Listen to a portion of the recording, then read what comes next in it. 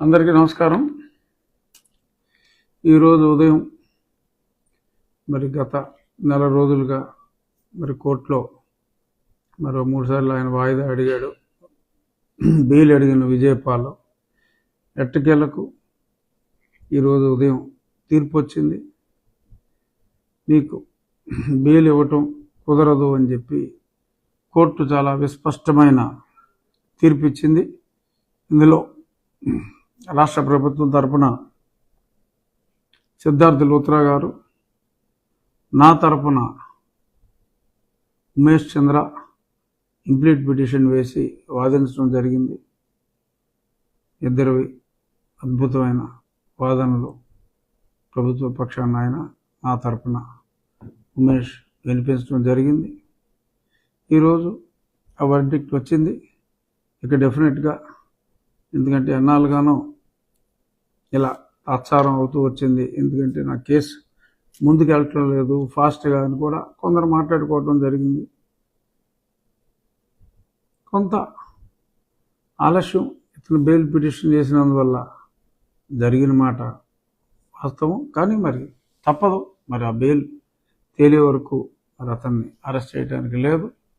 అతనే దగ్గరుండి నన్ను ఎత్తుకెళ్ళి కొట్టించి బయట వాళ్ళని తీసుకొచ్చి వాళ్ళు మర్యాదగా బయటికి పంపి నా సెక్యూరిటీని ఎల్లగొట్టి ఇలాంటి యథాహ పనులన్నీ వీడే చేశాడు. కాబట్టి అతను లేకుండా కొంచెం ముందుకెళ్ళటం కష్టం. కాబట్టి ఈ ఆలస్యం తప్ప అన్యథా భావించవలసిన అవసరం లేదు. ఫాస్ట్గానే అయ్యింది. ఇప్పుడు ఇంకా ఫాస్ట్గా అవుతుంది. తప్పకుండా రేపో మాపో అతను దొరికేస్తాడు. సో కేసు వేగం పుంజుకుంటుంది. జైలు యోగం బహుశా తప్పకపోవచ్చు అతనికి. ఇక మిగిలిన వాళ్ళు సరే, సీతారామాంజనేయులు ఆయన ఎటు తిరిగి ఆ కాదంబరి కేసులో ఆయన్ని సస్పెండ్ చేయడం జరిగింది. ఇక రెండో వాడు ఎయిమ్ సంస్థ అధినేత పివి సునీల్ కుమార్. ఎన్నోసార్లు చెప్పా, ఉద్యోగం చేసినోడు ఉద్యోగం చేసుకోవాలి, ఇలాంటి సంస్థలు పెడతానికి లేదు. గవర్నమెంట్ ఎంప్లాయీస్కి రెస్ట్రిక్షన్స్ ఉన్నా ఇతను ఏం చూసో అతను అందరూ కూడా గవర్నమెంట్లో ఎవరు వచ్చినా కూడా ఎందుకు క్షమిస్తున్నారో కూడా నాకైతే అర్థం కావట్లేదు. It's a total violation what he has been doing. But anyhow, ఆ విషయాల జోలికి నేను వెళ్ళను. కానీ ఏదో ట్వీట్లో అవి పెడతా ఉంటాను నా మీద. ఇప్పుడు సరే, ఆ విషయానికి నెక్స్ట్ వస్తా. సో వీళ్ళు కూడా ఆయన సస్పెండ్ అయ్యాడు. డెఫినెట్గా త్వరలో ఇతను కూడా, ఆ కేసు ఎలాంటిదో ఈ కేసు అలాంటిదే. కాకపోతే ఆ మహిళ, నేను పురుషుడిని, అంతమించి బోత్ ఆర్ సేమ్.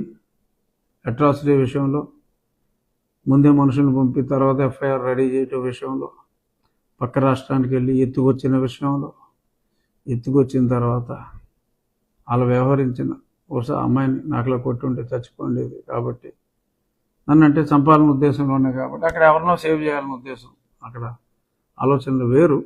సో తన్ని దారుణంగా హింస పెట్టారు. సో అదొక కొలుక్కి వచ్చింది, ఇదొక కొలుక్కి వచ్చేస్తుంది. మరిన్ని సస్పెన్షన్లు, మరిన్ని అరెస్టులు. అలాగే ఆ తప్పుడు రిపోర్ట్ ఇచ్చిన, ఆ మెడికల్ వృత్తికే కలంకం తెచ్చిన ఆ మహిళ ప్రభావతి, ఆ ప్రభావతి ఇష్యూ. అలాగే ఈ విజయపాల్లో నేను లబోదిబోమంటా, నా కాలు వాసిపోయి నేను పైనే ఉంటే నేను హుషారుగా కిందకు వచ్చి చాలా బాగా చేశారు అని చెప్పి వారిని మెచ్చుకున్నానట. విజయపాల్ని ఇద్దరు ఎంఆర్ఓలు వచ్చారట. ఇద్దరు ఎంఆర్ఓలతో నేను మాట్లాడానంట. తప్పైపోయింది సార్, జగన్మోహన్ రెడ్డి గారిని ఇలా మాట్లాడతాం అని చెప్పి నేను సారీ చెప్పానట అని అటు రాసుకొచ్చాడు. బొగ్గాడు ఒకడు చచ్చిపోయాడండి, ఎయిడ్స్ వచ్చి. పాలే రాసుంటాడు. అసలు ఎంఆర్ఓలు ఎవరు? ఆ ఎంఆర్ఓ వాళ్ళు అసలు నన్ను చూసారా? వాళ్ళ దగ్గర స్టేట్మెంట్లు కూడా మరి తీసుకోవాలి. వస్తారు, మొత్తం అందరూ వస్తారు. దారుణమైన అరాచకం చేశారు, దొరికేశారు. వారికి తప్పకుండా మళ్ళీ ఏ పోలీసుడు ఎలాంటి వెధవ పనులు చేయకుండా మరి ఇప్పుడు నా ఇష్యూ కానీ ఆ కాదంబరి ఇష్యూలో కానీ మరి వీళ్ళకి బుద్ధి రావాలి. ఆ బుద్ధి రావటం కోసమే ఇంతలా పర్సూ చేసింది. పాలకుడు ఎలా ఉండాలో అన్న ఆలోచన కూడా లేకుండా ఒక శిశుపాలుల్లా, ఒక కంసుల్లా ఎన్నో దురాగతాలు అప్పట్లో మరి జగన్మోహన్ రెడ్డి అనే రాక్షసుడు చేసేవాడు. మరి వాటిని స్టార్టింగ్లో ఇటిల్న ఆవు కథలాగా మళ్ళీ ఈ తిరుపతిగా వస్తుంది. మొదటిది మరి జగన్మోహన్ రెడ్డికి నేను చేసిన ముఖ్య సూచన, అతను దారుణంగా హర్ట్ అయిపోయిన సూచన, తిరుపతి భూములు అమ్మేసుకోకండిరా బాబు, అది భక్తుల మనోభావాలకు సంబంధించింది, అలా అమ్ముకోకండిరా అని చెప్పి ఆ జియో నెంబర్ 888 ఏదో ఉంది, దాన్ని క్యాన్సిల్ చేయమ్మా అని చెప్తే నా సభ్యత్వం క్యాన్సిల్ చేయమన్నాడు. సరే, తర్వాత భయపడ్డారు, అది క్యాన్సిల్ చేసుకున్నారు, అది వేరే విషయం. బట్ ఏదేమైనా అంటే ఈ వెంకటేశ్వర స్వామిని దోచుకోవటానికి తప్ప సద్భావనతో పనిచేయలేదు అని చెప్పడం కోసం ఆ దోపిడీలో, ఆ స్వామి దోపిడీలో మరి అడ్డుపడ్డందుకు మరి నన్ను ఇబ్బంది పెట్టడం. సరే, ఆ తర్వాత ఆ వెంకటేశ్వర స్వామి గారే నన్ను కాపాడుకున్నాడు 3-4 అటెంప్ట్లో వీడికి దొరికేయకుండా. So coming back to Vijaypal, డెఫినెట్గా తను ఇవాళ కాకపోతే రేపు కాకపోతే ఎల్లుండి అరెస్ట్ అవుతాడు, అందులో ఎటువంటి సమస్య లేదు. సో నిజం చెప్తే మంచిది, చెప్పకపోయినా నష్టం లేదు, ఎందుకంటే నిజం చాలామంది చెప్పేశారు కాబట్టి. సో ఎలాగూ ఇబ్బంది లేదు. చాలా విషయాలు ఈ మధ్యకాలంలో నేను ఎమ్మెల్యే అయిన తర్వాత మరి ఇక్కడ ఉండటం మొదలుపెట్టిన తర్వాత చాలామంది చాలా చెప్పేశారు. సో కాబట్టి వీళ్ళు ఏమన్నా దాగుడు మూతలు ఆడితే బీభత్సమైన చెరసాల ఉంటుందంటంలో ఎటువంటి అనుమానం లేదు. మరి ఇది చేసిన వాళ్ళు కాకుండా చేయించి చూసిన వాళ్ళు కూడా మరి డెఫినెట్గా ఇందులో దొరుకుతారు, గూగుల్ టేక్అవుట్లో వాటిల్లో. చూద్దాం, న్యాయం జరగటం అనే ప్రాసెస్ మొదలైంది. డెఫినెట్గా దీన్ని త్వరగా ముఖ్యమంత్రి పెద్దలు చంద్రబాబు నాయుడు గారు తేలుస్తారు అనే సంపూర్ణ ఆశాభావం, నమ్మకంతో నేను, రాష్ట్ర ప్రజలు కూడా ఉన్నారు. ఇక ఇష్యూ పక్కన పెడితే మరి నిన్న ఎప్పటి నుంచో చెప్తున్నాం, సుందోపు సుందర్లాగా ఒక పెద్ద చవట ఎవడరా అంటే మిస్టర్ పొన్నవోలు. మరి అతను లాలో ఎన్నోసార్లు తన ఇగ్నోరెన్స్ని, తెలివి తక్కువతనాన్ని, అజ్ఞానాన్ని ఎంతోమందికి మరి తెలిసేలా చేశాడు. ఇప్పుడు నిన్న రసగోలు వదిలాడు.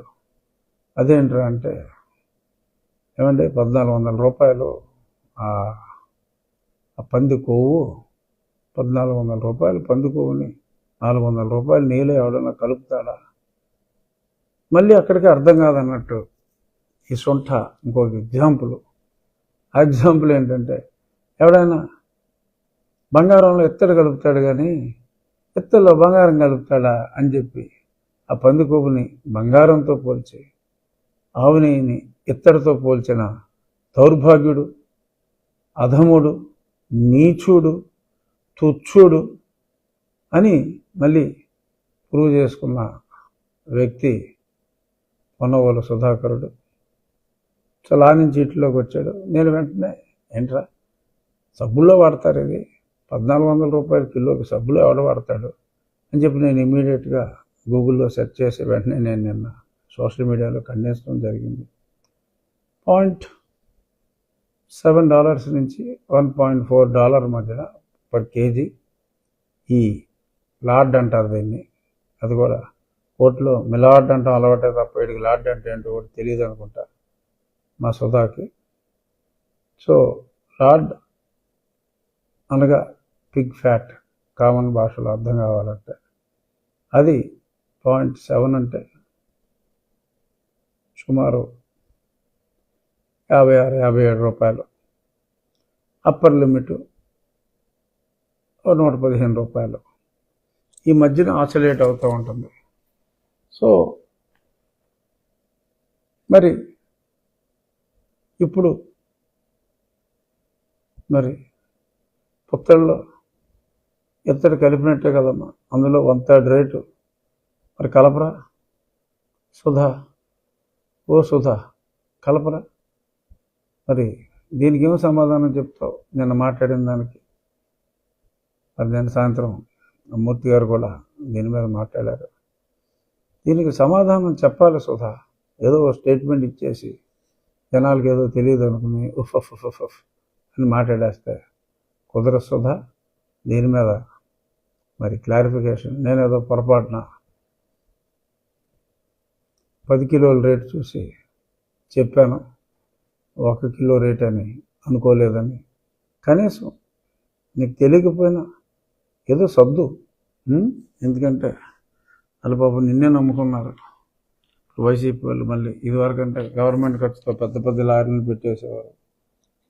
ఇప్పుడు మరి నీవే తల్లి తండ్రి లాలో ఉన్నట్టుగా మరి ఉంది. సో మరీ ఇంత గలీజ్ స్టేట్మెంట్లు ఇవ్వద్దని కొంచెం ఆచి కాస్త తూచి మాట్లాడమని ఫార్మర్ ఏఏజీ గారికి నా విన్నపం. ఇక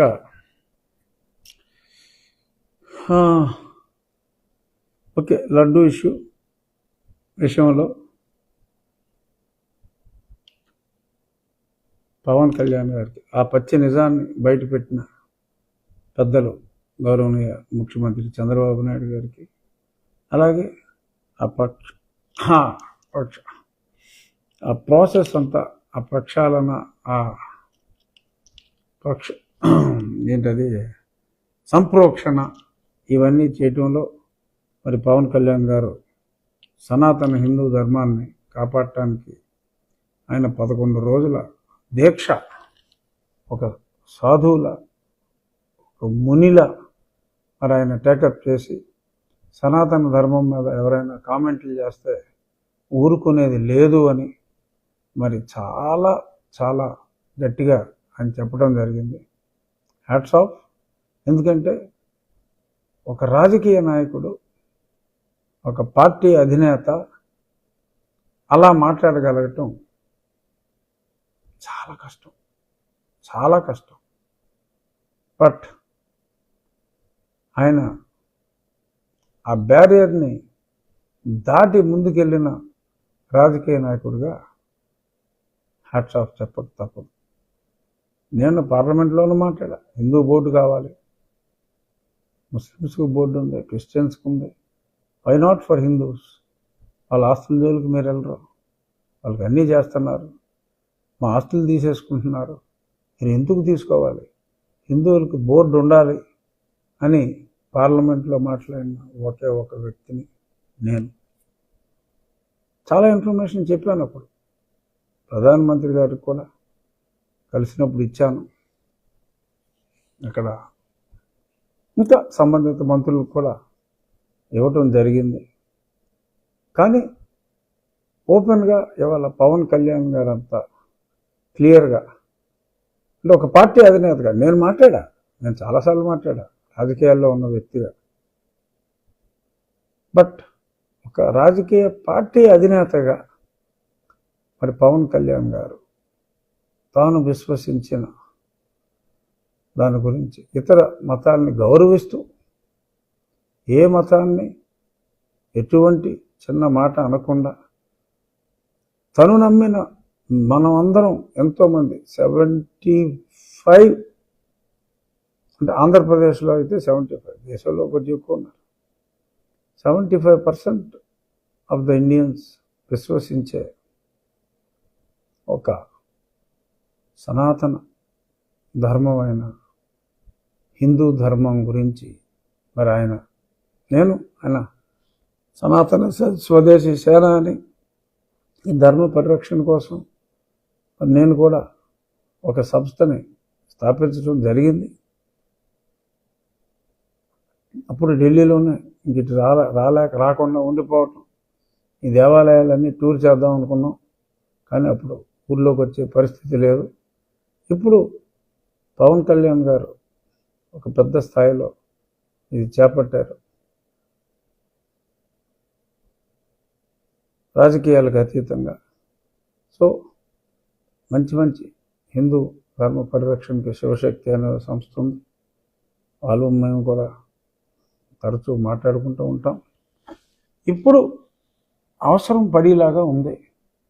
ఎందుకంటే మరి ఇలాగే వదిలేస్తే మన దేవాలయాలను కూడా మనల్ని సందర్శించుకొని ఎవరేమో అనే ఒక రకమైన భయంకరమైన వాతావరణం ఈ మధ్యనే అంకురించింది మా ఊర్లో. సరే, దానికి వెళ్ళే ముందు ఈ తిరుపతి ఇష్యూని క్లోజ్ చేద్దాం. సంప్రోక్షణ నిన్న బ్రహ్మాండంగా నిర్వహించారు. ఇంకెప్పుడు కూడా డెఫినెట్గా ఇప్పుడు జరిగిన ఈ అవేర్నెస్కి కనీసం 1 గ్రాము కూడా కల్తీ చేసే ధైర్యం ఎవరు చేయరు. అలాగే గత కొద్ది రోజులుగా మరి డెఫినెట్గా క్వాలిటీ కూడా చాలా ఇంప్రూవ్ అయింది, అందులో ఎటువంటి సందేహం లేదు. సక్రమంగా తిరుమల తిరుపతి దేవస్థానం మరి గతంలో ఉన్న దోపిడీలన్నీ కూడా నిర్మూలన చేసి హిందూ ధర్మాన్ని పరిరక్షణలో మరి ఎందుకంటే Hindus population is almost 15% of the world population. మరి 15% ప్రపంచ జనాభా దే వర్షిప్ లార్డ్ వెంకటేశ్వర. అటువంటి వెంకటేశ్వరుడు మన రాష్ట్రంలో వెలవటం మనందరి అదృష్టం. సో కాబట్టి ఒళ్ళు దగ్గర పెట్టుకుని రేపు ట్రస్ట్ బోర్డులో ఎవరిని వేసినా అందరూ కూడా ఒళ్ళు దగ్గర పెట్టుకుని సేవ చేయవలసిన అవసరం ఎంతైనా ఉంది. ముఖ్యమంత్రి గారు, పవన్ కళ్యాణ్ గారు, వీరందరూ సమిష్టి నాయకత్వంలో డెఫినెట్గా దేవస్థానంలో భవిష్యత్తులో ఏ చిన్న తప్పు కూడా జరగకుండా, అలాగే అక్కడ ఉన్న అన్య మతస్థులు ఎవరైనా కూడా మరి చాలామంది రాంగ్ సర్టిఫికెట్స్తో వచ్చారు. అన్య మతస్థులు మతానికి సంబంధించిన సంస్థల్లో అన్య మతానికి సంబంధించిన సంస్థల్లో ఉండటానికి వీల్లేదు. అదేం ప్రభుత్వ సంస్థ కాదు. పర్సంటేజీల ప్రకారం ఈ రిజర్వేషన్లు ఆ రిజర్వేషన్ అని పెట్టడానికి ఇది హిందూ ధార్మిక సంస్థ. హిందువులంతా ఒకటే. హిందువులు ఎవరికైనా సరే ఉద్యోగం ఇవ్వచ్చు తప్ప అక్కడ హిందూ సర్టిఫికేట్తో జాయిన్ అయ్యి చర్చిలు నడుపుకుంటున్న వాళ్ళు కూడా ఉన్నారు. వాళ్ళు చర్చ్ బాగా నడుపుకొని ఉండి తప్పులేదు. అలాగే తిరుపతిని కొండ మీద ఉన్నదే కాకుండా ఆ కింద కూడా కొంత ఏరియా ఒక ఆధ్యాత్మిక లైక్ వాటికన్ సిటీ ఒక ఆధ్యాత్మిక ప్రదేశంగా పవన్ కళ్యాణ్ గారు నిన్న ఒక అద్భుతమైన మాట అన్నారు. ఆధ్యాత్మిక కేంద్రాన్ని పర్యాటక కేంద్రం చేసి ప్రయత్నాలు చేశారు అని. తప్పు. ఆధ్యాత్మిక కేంద్రం ఆధ్యాత్మిక పర్యటన తప్ప టూరిజంగా భావించకూడదు. సరదాగా వచ్చేవాడు సరదాగా తిరిగి ప్రదేశాలు చాలా ఉంటాయి. Temple tourism is different. హ్యాపీగా షికార్ వెళ్ళే టూరిజం ఈజ్ డిఫరెంట్. సో అది ఒక టెంపుల్ టూరిజం స్పాట్గా ఉండాలి. ఈ మతానికి సంబంధించిందే కాబట్టి ఒక పరిధి నిర్ణయించి ఆ పరిధిలో మరి కొన్ని సత్సాంప్రదాయాల్ని ఈ మత విశ్వాసానికి సంబంధించిన సత్సాంప్రదాయాల్ని పాటించేలాగా మరి ముఖ్యమంత్రి గారు పవన్ కళ్యాణ్ గారు కలిసి కూడా చేపట్టాలనేది నా భావన. మెజారిటీ ఆఫ్ ద ప్రజల భావన కూడా. డెఫినెట్గా రాబోయే రోజుల్లో ఇటువంటి దుర్ఘటన ఎప్పటికీ కూడా జరిగే అవకాశం లేదు. ప్రసాదాన్ని హ్యాపీగా ఆనందంగా భగవత్ చింతనలో తినండి. అంతా మారిపోయింది. ఇసుమంత కల్తీకి కూడా అవకాశం లేని విధంగా ఇప్పుడు మన తిరుపతి లడ్డు తయారవుతుంది. సో కాబట్టి ఆ టాపిక్ని తీసేద్దాం. ఆ కేసులు నడుస్తూ ఉంటాయి, వారి మీద చర్యలు, ఆ కేసులు, అదొక ప్యారలల్ ట్రాక్. సో మనం మన భక్తి ట్రాక్లోకి పడిపోదాం. ఇక నిన్న మొన్న జరిగిన కొన్ని ఇష్యూలు చూస్తే బాధ అనిపిస్తుంది. అరే, ఇంత దారుణంగా కూడా ఒక నిజాన్ని కప్పిపెట్టి ఇంత అసహ్యంగా అబద్ధాలు ఆడతారా? ఎవరో కొద్దిమంది పనికిమాలిన వాళ్ళు అబద్ధాలు స్టార్ట్ చేస్తే మరి విఘ్నులుగా మరి సమాజంలో చాలామంది అయ్యేవాళ్ళు కూడా మరి దున్నపో తినిందంటే దోణ కట్టేయండిరా అనే బ్యాచ్ లాగా మాట్లాడటం. ఒక మాజీ పార్లమెంటు సభ్యుడు వచ్చి మరి ఏకవచనంలో నోటికి వచ్చినట్టు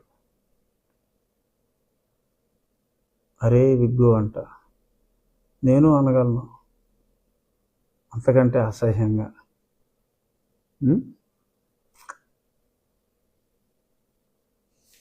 కొంతమందికి ప్రొటెక్షన్ ఇచ్చారు రాజ్యాంగంలో.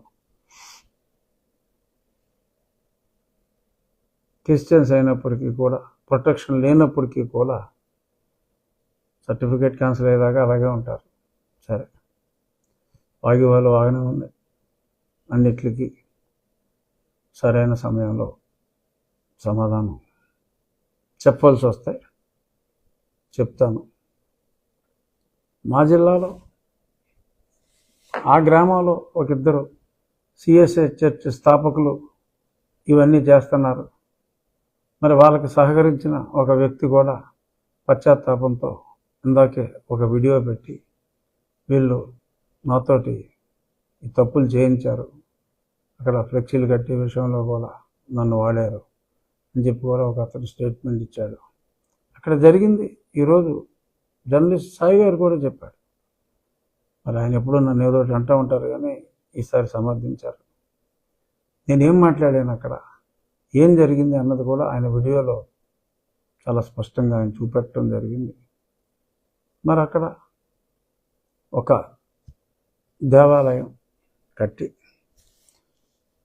నాగేంద్ర స్వామికి పూజిస్తూ ఉంటే దానికి అడ్డంగా సుప్రీంకోర్టు ఇచ్చిన తీర్పుకి వ్యతిరేకంగా ఓ ఫ్లెక్సీ కట్టి, ఆ పక్కన ఊరంత ఫ్లెక్సీలు ఉన్నాయి, 25 అడుగులు 15 అడుగులు పొరుగు ఫ్లెక్సీలు. ఎవరు ముట్టుకోలే. ఎందుకు ముట్టుకుంటారు? మగం పనిలేదా?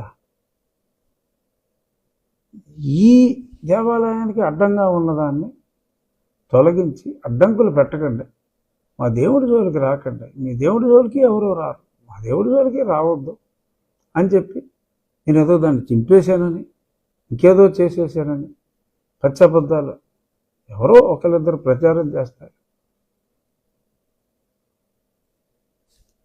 ఇష్టం వచ్చినట్టు మాట్లాడేస్తారా? సరే, నిన్న ఏదో మాట్లాడారులే అని మౌనం వహిస్తే రేపో మాపో నిజాలు వాళ్ళకే తెలుస్తాయని మరి ఇంకొక స్టెప్ ముందుకేసి మందకృష్ణ మాదిగ్ గారు 666 వైసీపీకి కోవట్లన్న అనుమానం వస్తుందంట ఒక మేధావికి. వైసీపీ కోవట్ల, ఆ వైసీపీ ప్రభుత్వాన్ని మొత్తం చక్కనాగించింది నేను. అతను గొడ్లు వడదీసి అతను చేసిన తప్పుల్ని, ఆ ప్రభుత్వంలో జరిగిన తప్పుల్ని మాట్లాడింది నేను. నేను కోవట్టేంటమ్మా? మందకృష్ణ మాదిగ్ గారు కోవట్టండి. మందకృష్ణ మాదిగ్ గారు, మోడీ గారు ఆయన హక్కుని నేర్చుకుని, సరే కోర్టు తీర్పులకి రాజకీయ నాయకులకి సంబంధం లేదు, కోర్టులో తీర్పు ఇచ్చింది, మీకు అబ్జెక్షన్ ఉంటే వెళ్ళండి. ఆయన మాదిగల హక్కుల కోసం పోరాడిన ఒక గ్రేట్ ఫైటర్, మాదిగల ఆశా జ్యోతి మందకృష్ణ మాదిగ, నాకు మంచి స్నేహితుడు. ఆయన జగన్ కోవట్ట. ఎలా? జగన్ వర్గీకరణకి ఒప్పుకున్నాడా? ఎప్పుడున్నా ఎలా కోవర్ట్ అవుతాడు? సో నిన్న ఆ వ్యక్తి అనుకుంటూ మాట్లాడిన మాటలో ఇవాళ సాక్షి పేపర్లో ప్రచురించారు. వైసీపీ వాళ్ళు ఓన్ చేసుకుంటున్నారు దీన్ని. రఘురామకృష్ణరాజుకి వ్యతిరేకంగా రాష్ట్ర వ్యాప్తంగా నిరసనలు. ఎక్కడ జరిగినాయిరా? ఒక చోట ఓ ఇద్దరినేసి ముగ్గురినేసి కనీసం పట్టుకొని 10 మంది రాలేదు. ఆ తణుకులో ఎవరో 5 ప్లేడర్లను వేసుకుని నువ్వు పెట్టి ఫోటో తీసి తణుకులో తీవ్ర నిరసన, అక్కడ నిరసన, ఇక్కడ నిరసన. ప్రజలకు తెలుసు మీరు ఎంత మోసం చేయాలన్నా ప్రజలు మోసపోరు. మీరు కోవర్ట్లన్నా ఇంకోటన్నా, నేనే జగన్మోహన్ రెడ్డి కోవర్ట్ అయితే రఘురామకృష్ణరాజుకి వ్యతిరేకంగా నిరసనలని సాక్షిలో మొన్న 2 పేజీలు ఇవాళ 1 పేజీ ఎందుకు ఇస్తారమ్మా? ఆలోచన రాదా? నేను పెట్టాను కదా కేసు A3గా జగన్మోహన్ రెడ్డిని పర్సూ చేస్తున్నానుగా. ఇన్ని కేసులు పెట్టి నేను ఈ మాట్లాడేవాడు ఎవడైనా ఒక్క కేసైనా పెట్టారా? ఇన్ని కేసులు పెట్టి ఇన్ని కోట్లు తగలేసుకున్నాను కదా. ఉన్న విలువ పాడు చేసుకోకండి. మంచో చెడ్డో మీకు విలువ వచ్చింది. పేర్లు చెప్పట్లే ఇక్కడ నేను. ఒక విలువ వచ్చింది, అది కాపాడుకోవటం మానేసి మరి ఈ రకంగా జగన్మోహన్ రెడ్డి కోవర్టులు. సో చెక్కలిగిలు పెట్టి నవ్వించేసినట్టుగా ఉంది. ఇంకా నయం పెద్దలు పవన్ కళ్యాణ్ గారు కూడా మరి సనాతన ధర్మం గురించి మాట్లాడుతున్నారు కాబట్టి మరి వారు కూడా ఆయన కూడా కోవర్ట్ లిస్టులో వేయలేదు. యాంటీ చంద్రబాబు గారి లిస్టులో వేయలేదు. జగన్ కోవర్ట్ అంటే మేము యాంటీ చంద్రబాబు అనే కదా ఆ కళాకారుడు చెప్పింది. మాట్లాడలో ఇప్పుడు దాకా కానీ మాట్లాడాల్సి వస్తుంది. కలిపండి పవన్ కళ్యాణ్ గారి పార్టీని, ఆయన్ని, పార్టీలో పోటీ చేసిన వాళ్ళందరినీ ఓడించేస్తూ ఉన్నారు. ఒక్కడ చొక్కా బటన్ కూడా వాళ్ళలేదు. పెద్ద మెజార్టీలతో నెగ్గారు. కళ్యాణ్ గారు 75,000 మెజార్టీతో నెగ్గారు. ఓడించేస్తా అన్నారు. రాష్ట్రం అంతా కలిపేస్తారా? రాజ్యాంగాన్ని ఫాలో అవ్వమంటే రాష్ట్రం అంతా కలిపేస్తారా? నేనేమన్నాను? నా మీద అక్కడ ఇటువంటి ప్రోత్సహించే వ్యక్తులు వారు దళితులు కాదు. రాజ్యాంగం చెప్పింది దళితులు క్రిస్టియన్గా మారుతాయి. వారికి దళితులకు ఉండే హక్కులు రిజర్వేషన్ల గురించి కానీ అలాగే SC ST అట్రాసిటీ కేసులు పెడతాం కానీ. ఎందుకంటే ఒక కులం లేని ఒక మతం క్రిస్టియానిటీ అండ్ ఇస్లాం. ఆ మతంలో గొప్పతనాలు ఆ మతంలో ఉన్నాయి. ఆ మత విశ్వాసాన్ని ఎందుకు పాడు చేస్తారు? సో అందుకని మరి అంబేద్కర్ గారు రాసిన రాజ్యాంగంలోనే 1950 నుంచే ఉన్నాయి. వీళ్ళు మతం మారితే BCC అవుతారని. ఆ ఎగ్జామ్షన్ ఓన్లీ సబ్సిక్వెంట్గా ఫర్ క్రిస్టియానిటీ అండ్ బుద్ధిజం. ఎందుకంటే they are subjects of Hinduism కాబట్టి ఇవ్వటం జరిగింది. చదువుకున్నారు కదా మీరు. హర్షకుమార్ ఆంధ్ర యూనివర్సిటీలో చదివాడు, నేను ఉండగానే చదివాడు. మరి ఆ మాత్రం తెలియదా? రాజ్యాంగంలో ఉన్నది చెప్తే నేను వచ్చి ఏదో చేసేస్తారా? ఏం చేస్తారా? రాజ్యాంగం గురించి మాట్లాడితే యాక్షన్ తీసుకుంటారా? రాజ్యాంగాన్ని గౌరవించడమే నేరమా మీకు? నేను గౌరవిస్తాను. రాజ్యాంగంలో ఉన్నదాన్ని నేను చెప్తాను.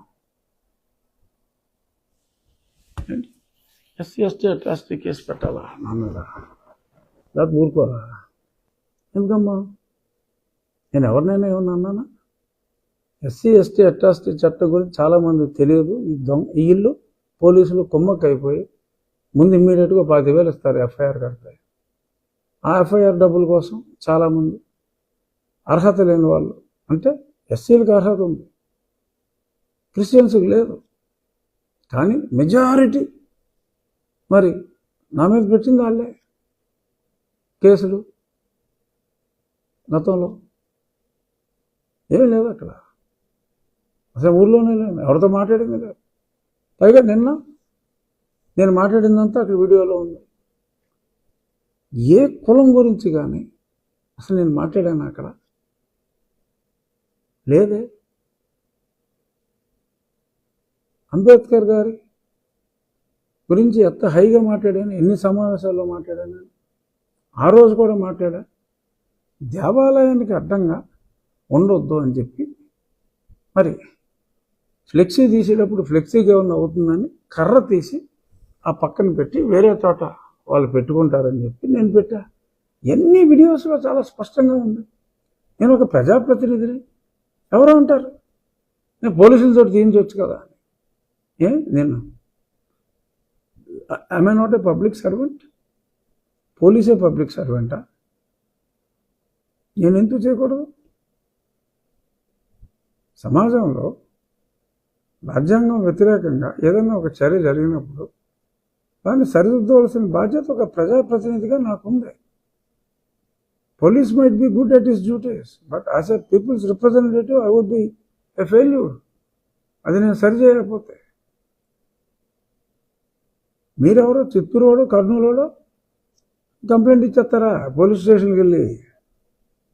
ఏమని? అంబేద్కర్ గారిని అవమానించానమ్మా. నీకేంటి సంబంధం అంబేద్కర్ గారు?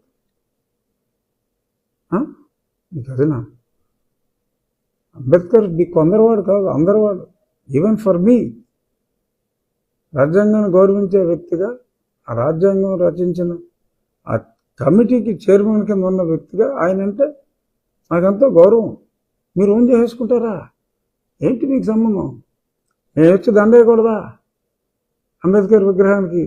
అంబేద్కర్ మీ సొంతమా? కాదు, యావత్ దేశ ప్రజల సొంతం డాక్టర్ బిఆర్ అంబేద్కర్. ఈ ఒక్కడి సొంతం కాదు. కొందరు వాడిని చేయకండి దయచేసి, అందరి వాడు అంబేద్కర్. మీకు మీరు ఓన్ చేసేసుకుంటాం. ఏమని ఇస్తారు కంప్లైంట్? అసలు ఎస్సీకి కంప్లైంట్ ఎలా ఇవ్వాలో తెలుసా మీకు? మొన్న సుప్రీంకోర్టు ఇలాంటి వెరితలు వేస్తున్నారు ఈ పోలీసులు కూడా అని చెప్పి మార్గదర్శకాలు కూడా ఇచ్చారు. Unless there is a specific person where he had been abused by citing his caste and his name, where is the atrocity? ఏముంది ఇక్కడ?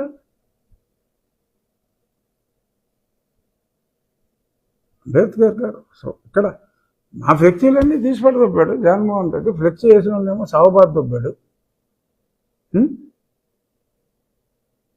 మేము గౌరవంగా గుడికి అడ్డం వచ్చిందని చెప్పి పక్కన పెడతారని చెప్పి చేసిన దానికి, ఏ మాట కూడా మాట్లాడకుండా పెట్టిన దానికి మీరు కంప్లైంట్లు ఇచ్చేసి కేసులు బుక్ చేసేపోతే ఖబర్దార్ అనేస్తారా? రూల్స్ ఫాలో అవ్వండి, రూల్స్ ఫాలో అవ్వండి. చట్టాన్ని చదవండి, అర్థం చేసుకోండి. అర్హులు ఉన్నవారే చదవండి.